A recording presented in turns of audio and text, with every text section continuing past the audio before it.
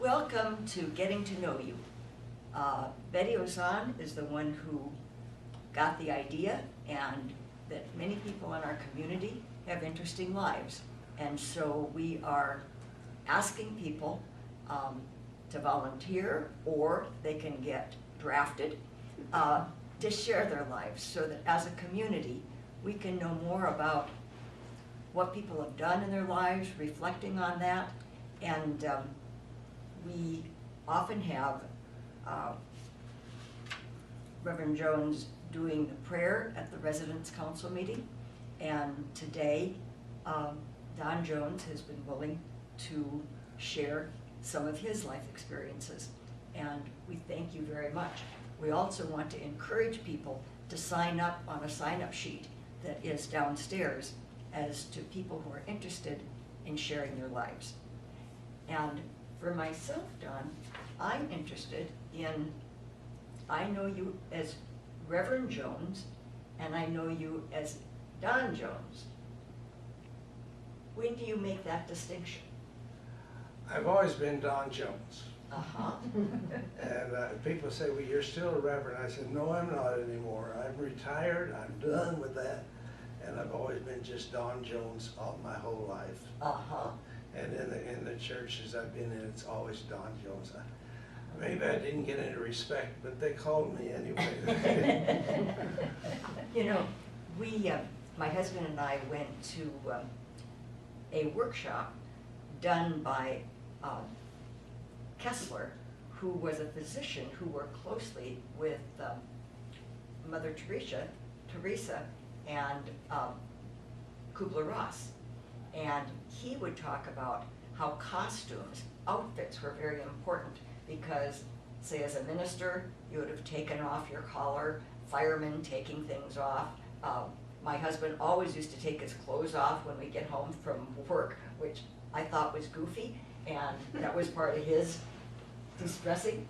And so now you get to be Don Jones, but without Without the reverend. Without the reverend. And all the things, no. I didn't wear a robe. I had a robe for funerals and weddings. Uh-huh. And that was the only time I had to look decent, you know. So you always were more Very casual. Mm-hmm. And, okay, you have a gorgeous picture here. Yes, I'll show it to you in a minute Okay, if I can. absolutely. And I'm going to let you guide where you want to go. I may ask some questions at times. Okay. And I have some curiosity about some things, so we'll go from there. Okay. Well, I would like to start really with thinking about some people that you know. Jay Leno, Tom Cruise, Whoopi Goldberg, Disney, and what do these people all have in common? With you? With me and with others. If you can't think, I would think, well, first movies, but that's not it. If you go on to Leonardo da Vinci, some of the other great people of the past and so on, Thomas Edison, Albert Einstein, all of us are dyslexic. And I thought I might share with you people the idea it's an ability or a disability to be able to put words together and letters together. And if you have ever had it, and about 20% of the people have it, but very few have it to any degree. And it all started probably way back when people looked at a tree, and finally they got a name of a tree, and then pretty soon they were able to put into a sentence. But it wasn't until just the last 5,000 to 10,000 years that people learned to make sentences and put these together. So our brain is not organized really to make that transition. It's taken us a while to do it. So it's a neurological thing. It also has a little bit to do with genes, but it's something that I have, and I have had to fight my whole life, and that's why I thought sharing this first with you is both boys and girls have it, so it's not anything that's special. But it's something that the ability to see words and not be able to transfer them into letters. And it's complicated, but I thought that's where I wanted to start and put that in the background. And then say, I was born in the high hills of eastern Oregon, and I was born in the living room because the ice was freezing in the wash bowl upstairs in the bedroom, and the doctor said you can't be born up there. And so I was born there in 1926, and for you people who are mathematical, that's 94 years ago. Living there was just for a couple of years, and then we moved to Nampa, Idaho, which was in the suburbs of today of Boise, Idaho, and I lived there till I went into the service. I first discovered when my younger brother was born, and 5 years later, where babies come from. And I remember that mother was in the bedroom and we were out playing, and the doctor came along in his Model T, and he drove up and he got out with his big black bag, and he came into the house, and we were all chased out of the house. And so finally the doctor left with his black bag and got in his car and drove away. We went in and saw my little brother. And I knew from that moment on, babies come from doctors in black bags. And it took me years to get over that, where babies come from. I did all right till I got into the first grade. The first grade, I really had a good time, just like any other kids would do. When I went to the second grade, I went on condition. And I didn't know what condition was, and so my mother told me that if you don't make the grade in the first 3 months, then you're out and you go back. When I went from the first grade to the second grade, I was okay. The second grade, I went home with my final report card, and I said to Mom, I says, they made a mistake because I'm being promoted to the second grade. And she had to tell me, no, you just didn't make it, you're going to be there 2 years. And that's when I really began to discover two things, really. One is that I was different than other people in a very strange way that I didn't understand. I was known as the stupid kid in the class. And I do know this, that I would try, when we had a reading circle, to get in the last seat in the circle.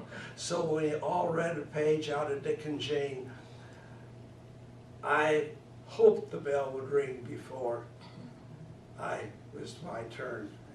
And I remember, I think the other class members too, because what you do is the dog ran through the bushes, and everybody else reads the dog runs through the bushes. I read the dog, the dog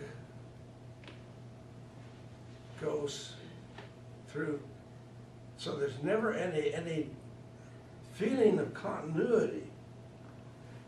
And in dyslexia, when you have that, I would read, the God goes through to the tree. If you say cat, I read tack. And I switch these things back, and my writing, the three things really of dyslexia is, one is that you mess up the words all the time. The second thing is that you tend to have terrible handwriting. And thirdly, there was one other thought that was there. Oh, I know, left and right. And my wife says, turn right. And to me, I have no idea which right is. And so I turn whichever way it happens to come in mind. Now I know this is my left hand. So if I start from there, then this must be left and this must be right. So you have to process it all of this time. And this went on through the second grade, went on from condition into the third grade, into the fourth grade. And the thing that bothered me the most was at the end part of the second grade was when we were promoted or the graduation came, all of my friends left me. And I didn't realize this till years later. This is what was causing certain problems. In the fourth grade, I had to stay after school. If you wrote and misspelled 10 words out of 20, you know, you had to write them 500 times. Well, a lot of people miss one word. You're out in 5 minutes. With me, that's 500 words. And I was being left behind to look out and watch all of my kids and my friends, the new ones from the fourth grade, playing on the playground after class. And I realized pretty soon I'm going to get out there. And when I would get out, they had all gone home. And I never figured this out for years later. We would go on a vacation, and a long trip in the car, you have to stop and make a pit stop. I would not go in the bathroom because I knew as soon as I went in the bathroom, all the family would jump in the car and drive away and leave me. And I related this to so many things when I now look back, which says a lot, that it was not just not being able to move on, but it was having your friends. And I think it even was true with when dating my wife. We broke up about 3 different times. And I figured it was kind of related to the fact that I was afraid to make a commitment because she would go off and leave me.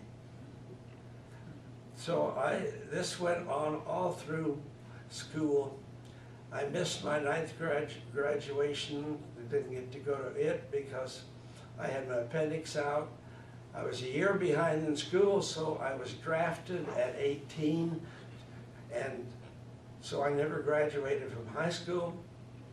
I went into the Navy, and which I enjoyed. I came from a conservative family and a conservative background of church, and You were a it was a preacher's shock. You were a preacher's kid. I was a preacher's kid, and we just didn't live this way, talk this way, or think this way. So it was a very great experience for me in that type of. I went to boot camp, and we had a drill team. In every barracks, you had 120 men. Our chief petty officer wanted 100 in the drill team. And so as we practiced every day for hours, marching and marching and marching, we had wooden guns that we carried around. And we were in the drill hall one day because it was raining, and we were doing this drill with the guns, and you were supposed to slap the butt of it and make noise and pop, and I slammed that, and I lost control of the gun, and it fell on the floor, and this big old rattling, and the petty officer says, "Who did that?" I said, "Get out!" So I was over against the wall, not alone. There was 20, it ended up about 20 of us there. And we became the idiot, the dummy squad, which marched behind the rest. But it only lasted 2 days, and I discovered there's good things in everything, because he said to us, "You dummies, I want you to go back to the barracks and line everything up into that building so it's perfectly ready for the inspector to come by, because it would reflect back on him." So we would go in and straighten up in maybe 20 minutes to 30 minutes, and then we would turn around and we had the whole rest of the day for ourselves. So we sat on the hillside and we watched all the other 100 march back and forth. And it was a delight. And we learned we could go down to wash our clothes when 250 people were in the laundry. There was only 20 of us. And things just kind of were positive and we had fun with it. And then I went into, was assigned to the ship service to clean up. And in there, I ended up cleaning the floors and in the restrooms. And my first embarrassing moment was that I was cleaning up the ladies' restroom. And we waited till everybody was out.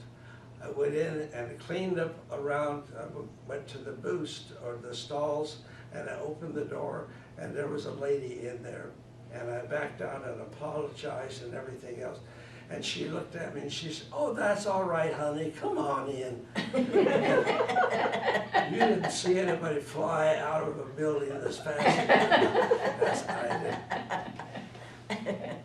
When I went to Camp Parks after that, I got transferred out of the Navy, regular Navy, into what was called the Seabees, the construction part of the service. And how we got there was simply because the men who were in the Seabees were trained in their own professions, and that's how they were put into this, to build airports, to do everything that there was manually. And so from there, I was transferred into the Seabees. We went to Camp Parks in California, and from there, what did I get in the job when I was there? I got to clean the heads. So that became my life. But I still cleaned up. I was gone in 50 minutes, had the rest of the day to myself. And then we got on board ship. There was 3,000 of us on this board ship. We traveled for 30 days from San Francisco to Guam, going 10 miles northeast or west and 10 miles southwest, back and forth, so no submarine could ever get lined up to sink our ship. And what I ended up in there was, guess what? I was at the head detealer. Now I learned something you could do. A ship leans to the lee and to the port. And if you put a ½ inch of water on the floor in the restroom, it washes this way and it washes this way. And pretty soon the floor is clean and everything. You pull the plug and you're done for the day. So it was a good experience. I got to Guam, and there I was. Do you want to really tell me you were in the dummy group? I was Sounds still in pretty the dummy smart. group. It's There are pretty smart. advantages of being in the dummy group. Yes, there are, especially when you're smart. And I should say that it has nothing, dyslexic has nothing to do with brains. Not at all. And I brought this picture and I was going to show it and I forgot to do it. When this is kind of the way I felt in the first, second, third, and fourth grades. Just totally lost because I did not know where on earth I was going. I didn't understand what was going on. And neither did my mother, nor did the teachers. Nobody understood this thing. And I know my mother, we would have spelling, we would get 20 words, you get them on Monday, you talk about the words, and you spell them out, and you practice them, and you go on Friday and have a test. And Mother would set me on a stool while she did the dishes. During that time, she would give me the 20 words. And by the end of the dishes, I could spell all 20 words. Go into the classroom the next day and miss 10 or 12 out of the 20. Had Mother, and this week, again, had Mother had me write those down. So if the teacher would have asked me to spell them. But it's different, it's a mindset, so you just live with it. And it takes you 60 years to figure this all out. But anyway, I went on to the service and had a marvelous time on Guam. I feel very guilty of having been in the service in this capacity, because where others were dying and others were losing limbs and others were really suffering, we kind of partied. And our job was that we were in the supply depot. We had 28 quonsets full of screws and nuts and bolts clear up to engines, and even with Japanese track for their tank. And our job was to unload ships. When they would come in, they would unload onto the trucks would come to us, and we would unload. And we did that for 2 years, just unloading and unloading. And then others in the daytime would ship it out. But I started out in the daytime, then I ended up in the night shift, and I had a crew of 5 men who worked under me. I started out on dock mules. I got a cherry picker, which is a caterpillar with a little crane on it, and then ultimately I was put on a big crane. So I had a crew that was about as motley and unethical and unmoral as you had ever laid eyes on. And here you have a preacher's kid trying to direct these. I learned a lot. And I've maintained all through my ministry that I learned more in those 2 years in the service than I learned in 5 years of college. I learned to love people, to accept people, and to care about people. And so as I processed through this, looking back, this was a good time for me, except that I still had problems with dyslexia. And one day I got a letter from my father, and he says, "Son, we love you, but if you cannot find a typewriter, forget it. There's no point in you writing this because we cannot even understand your letters." And so at night shift, if we had no trucks to unload and no ships in the harbor, then I could go into the office and use the typewriter. And so that was my salvation at that point. Later on, the salvation is spell check. Whoever invented that, bless their hearts, may they live in heaven in peace. But the problem is with spell check, is they don't always spell the word that I was trying to spell. And I'm not a very good proofreader, and sometimes I send things out that I had no intention of saying because the spell reader picked up a word which was not the word I was trying to say. So do you have that difficulty? I leave that to the reader. Okay, that's good. I said, if I get 90%, that's your problem to interpret. And do you know today, if you were going to a progressive, a real cutting edge grade school, Mhm. you would have been called differently abled. Yes. But everybody is able, just in different ways. Rather than our educational system says there's only one way to be able and everybody else is disabled, being ditched. And Right. differently able, what would that have meant to you? Well, it really became a blessing. Mm-hmm. If you go to most of the churches now, or half the churches, the minister reads his sermon. I cannot read Mm-hmm. a sermon. Mm-hmm. In seminary,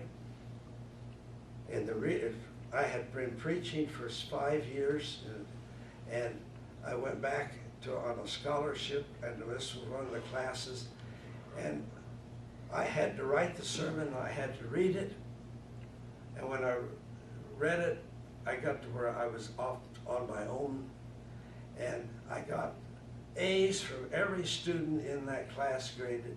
The teacher gave me a C because I did not read it for word. So during my ministry, when it came for reading scripture, I just was smart enough to have somebody always do it who could read and read it well. And then as far as my sermons were concerned, I could not read notes. If I glanced down, I was lost and didn't know where I was going on. And so I would work on a sermon, get it fixed right, write it down on outline, get it down to a very simple outline, memorize the outline, go into the sanctuary and preach that sermon 2 or 3 times to myself or out loud, where I was going to do it. And then the next day I had my little notes on the pulpit, but never looked down. I never had to ever look down because I had to visualize it. And that, I think that was one of my assets as far as speaking, was that I never had to look down. I knew where I was going, I could time it. Having gotten out of the Navy and gone to Bible college, which is now called a university, but it was a Bible college then. I was there, and when it came to Greek class, I could not speak Greek. I could not work with it at all. I finally went to the president of the school, and I remember when I first got there and as a new student, and we were in a formal, and I met him, and I accidentally stepped on his toe. And I said to him, I am so sorry. And he looked at me, he says, oh, that's all right. He says, you can do it anytime. So I did it. And I don't know what motivated me, but I know he knew who I was. So I went into him, I says, you got 2 choices here. I says, you either let me graduate without Greek, or I'm here for 40 years.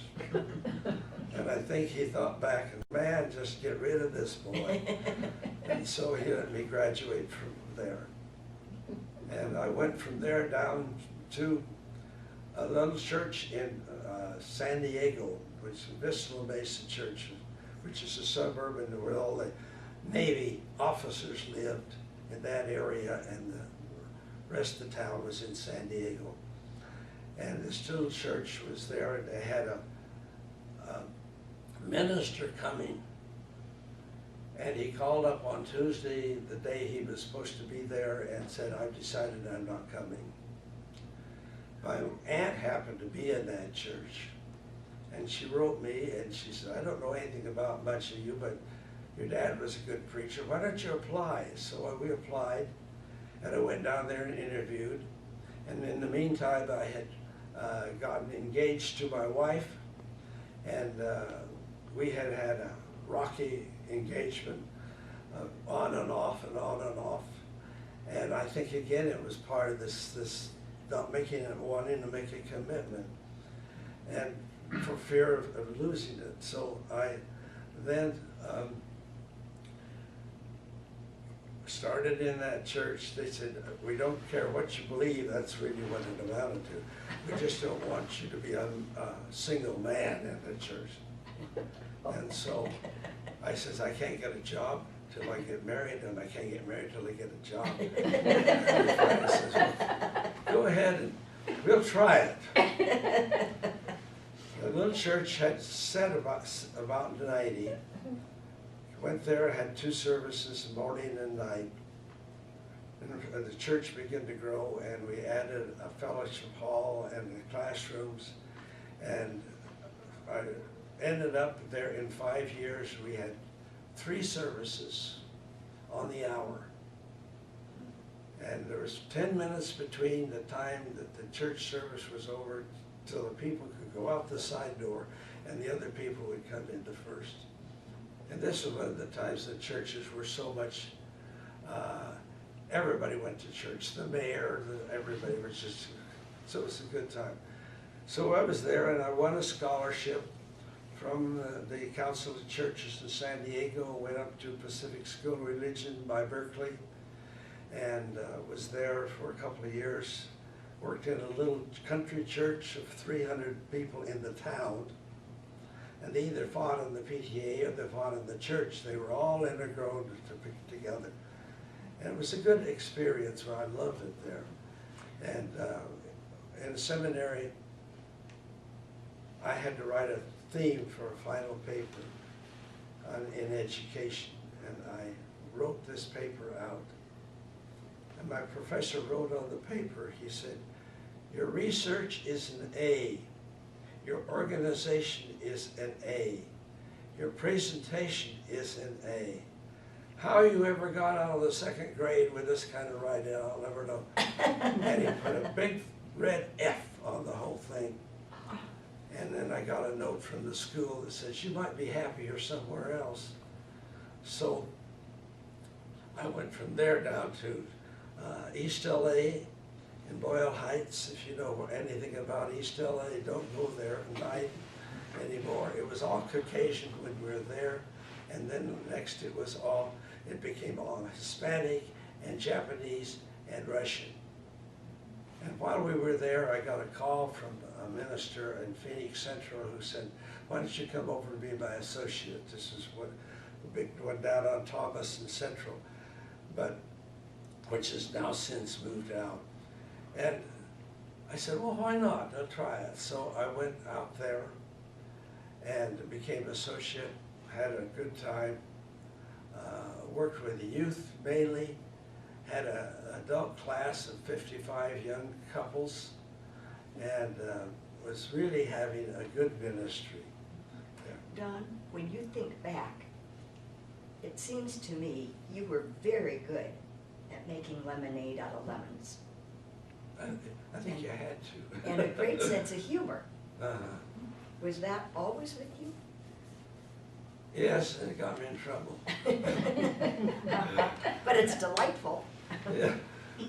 So it was, after 2 years, I figured there was some problems.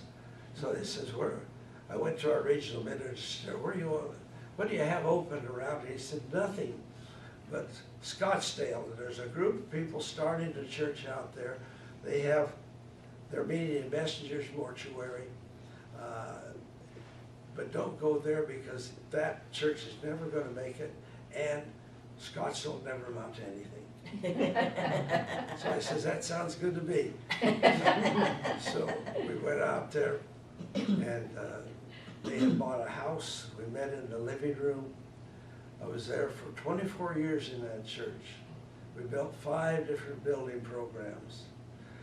The key for me is that you have to love people, and you have to understand where they're coming from. Mm-hmm. And I learned this in the service, that you have people who come to you and they're having affairs, they're doing things they shouldn't be doing.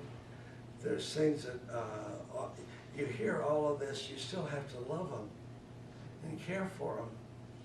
And I felt always very humble at this point, but I never really built close relationships because I knew if I got real close to friends, they would go off and leave me. So that whole thing was through my whole life.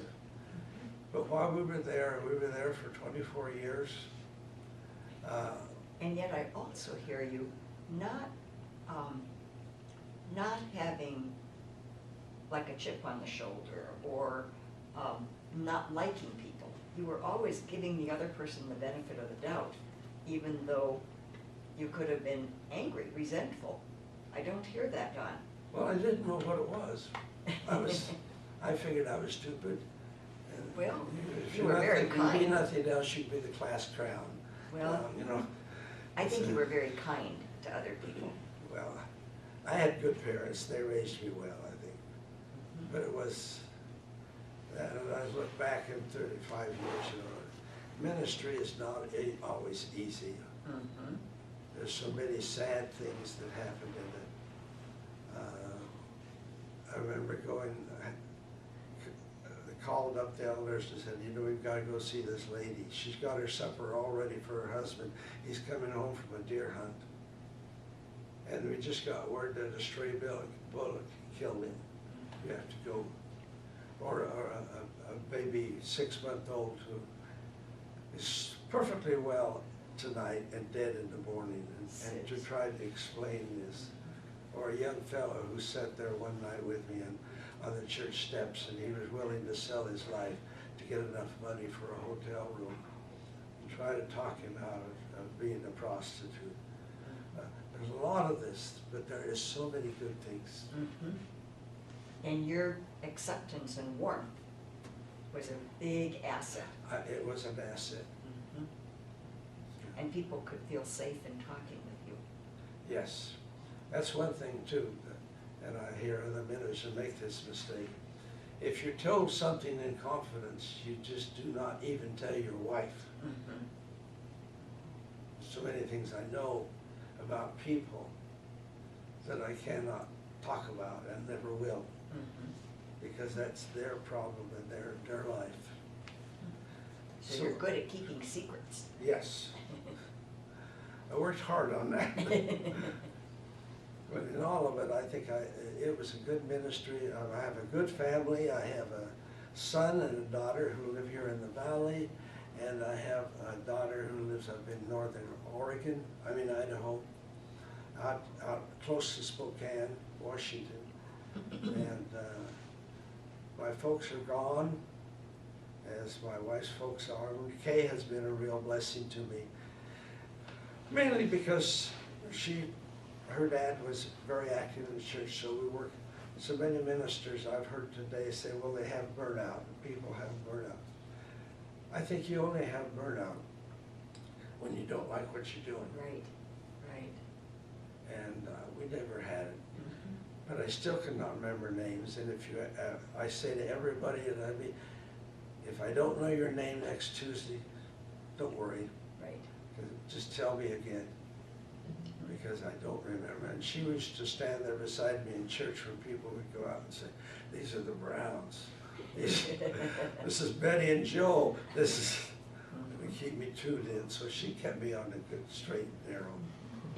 And how long have the two of you been married? 69 years.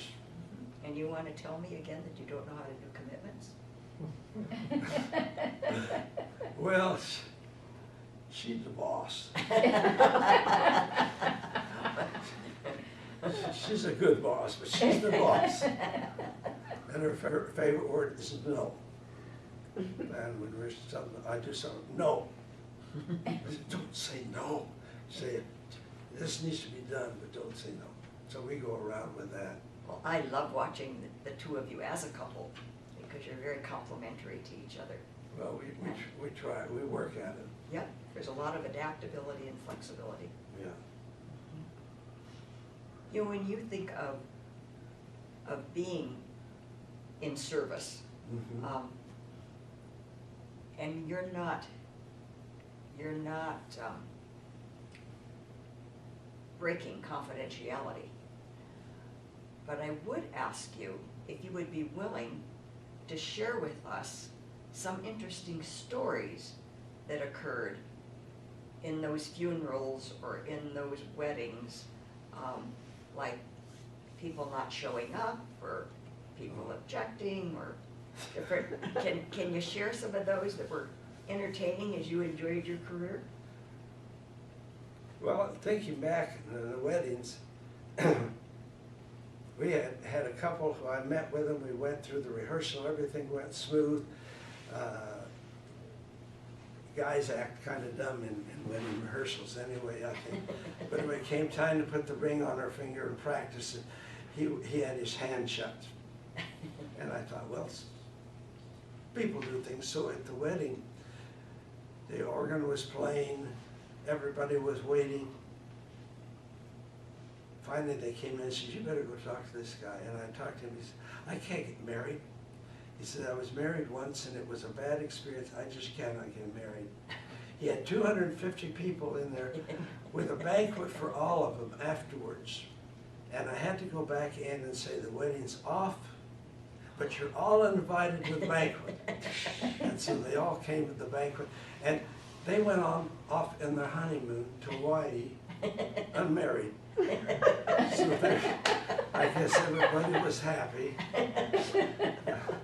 I had another one where the bride wouldn't come in, and we kept playing, you know, and so on. The organ was going on and music, and we were waiting, and finally the father of the bride comes in and stands in the back of the sanctuary, which was full at that time, shouting and saying, stop the music, stop the music. And so we stopped the music. I was back to him. He said, the flowers don't match my daughter's dress. And I said, what? He said, she has a yellow dress and these are not the same color that they were supposed to be. I want you to call up the florist and order some more flowers. And I said, how can I order more flowers? It's gonna take a half hour to make them, a half hour to get them. These people are not gonna sit here for an hour. So we talked to her and she finally came. The flowers really looked very nice with her dress. But you always have these people who never know what they want. And it isn't perfect. And you have so many weddings that go awry. But if you can laugh with them. Uh-huh. I called one man, the groom, when I talked to him, I was using his friend's name and messed up on that. So on funerals, I've had funerals that I've messed up on. How can you mess up on a funeral? Well, one of them, I went to the, really I was in college, and he said, the minister said, come out and do this funeral for this lady. And I says, I don't do funerals. He says, well, you should come and do this one. I says, I should do it. I don't even know who it is. And he said, well, I don't like the lady and she didn't like me, so come on out and see. And so I went out to I got there, was stopped by the police for speeding because it was 70 miles away. And he said, it's gonna be your funeral if you don't slow down. So I slowed down. And I got there late at 3 o'clock and the funeral was already, and they rushed me in, and I thought, well, I would talk a general type of service, and I'll work my way over to the casket and look in, and then I'll know who it is. And so I worked over and I looked in and I thought, oh, I think I recognize this lady. And so after the service, everything went fine, everybody was happy. At a potluck dinner Sunday, I was eating there and we had coffee and food, and this lady walked up behind me and she says, do you want more coffee? And I turned around, that was the lady I thought I buried. So I had no idea. These are things you don't get up for advertising. There are a lot of things that go on wrong. Mm-hmm. But your flexibility and adaptability helped you a lot. It helped me a lot. Uh-huh. Yes. So. I don't know of anything else you want. I've had a good life. Every church we have been in, we have had growth, and I'm not bragging about the idea of the growth, but growth is also a symbol of you're doing something right. That's right. That's right. And when I retired here in Scottsdale, they decided to give me a brand new automobile when I retired. And Wow. They sent out letters to everybody in the church. It was done outside the church, so I did nothing about it. But the secretary who was supposed to mail all these out for her boss, who was the member of the church, didn't know me from Adam, and so she sent me a done letter to donate for my car. And I had 3 months of having to not pretend at all that I knew what was going on. And it was just a fun time. And so when I got the car, they would say, were you surprised? And I said, oh, it's so beautiful. So, Now, Don, weren't you taught not to lie? I didn't lie, I just stretched the truth. You know, there are what I call ethical dilemmas, you know, like right and right, which one you can argue. And one ethical dilemma, I think, is telling the truth or being loyal. And if you're loyal, you don't always tell the truth. And we used to deal with that with couples who were getting divorced and very angry. And the one party, the done-to party, wanting to tell all the bad things to the other person rather than be loyal. And that's still going to be their mom or their dad, and it's not always tell the truth. Right. Or justice versus mercy. That's another ethical dilemma as I see it. Well, it's like gray lies. Yes, Yeah. right. Right or wrong or Right. gray. Right. for short term, long term. Yeah. You know, what do I do for the short term versus what does this mean for the long term? And you did well with your ethical dilemmas. Most of the time.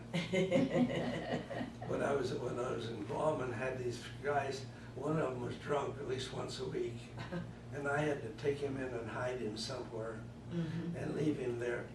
And then the petty officer would, or their night lieutenant would come by and say, "You're supposed to have 5 men here. You only have 4. Where's your 5th one?" He's at the John, he's getting the Bart, he's getting something, whatever it may be. But they were a good crew. Uh-huh. And any other good stories you're gonna wish you would have told us? Oh, it's a lot, probably a lot. I could go on forever. I get that open, yeah. The service was good. Ministry was good. My wife had a lot of times that she had, truth is either black and white. It's not in between.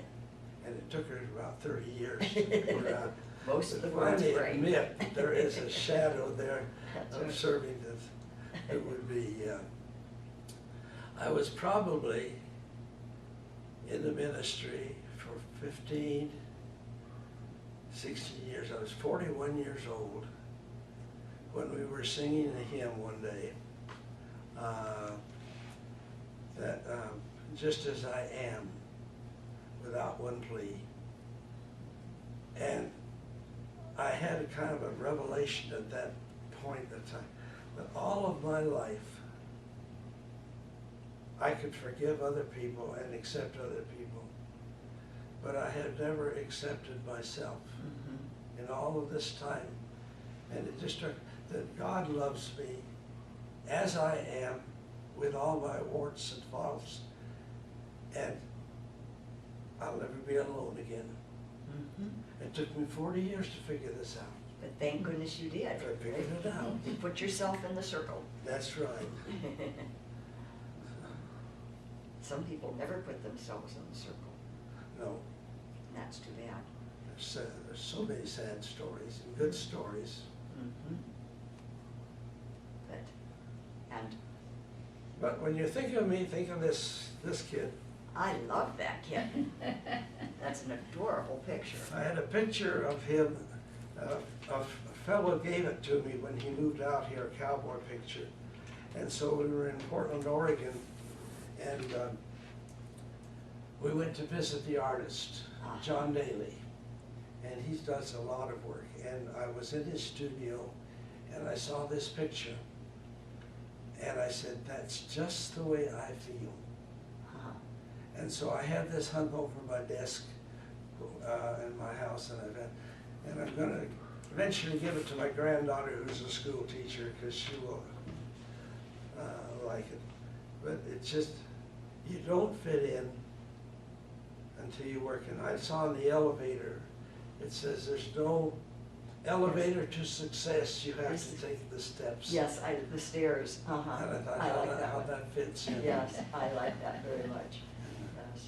So I've had such a good life, and good family, and good relationships, And you know how to make lemonade. and I know how to make lemonade. Thank you so, so much. Well, This has thank you been a to delight, everybody too. And I I appreciate think your we've been over our 20 minutes. Well, no, we're still okay. Say anything more? No. Okay, thank you.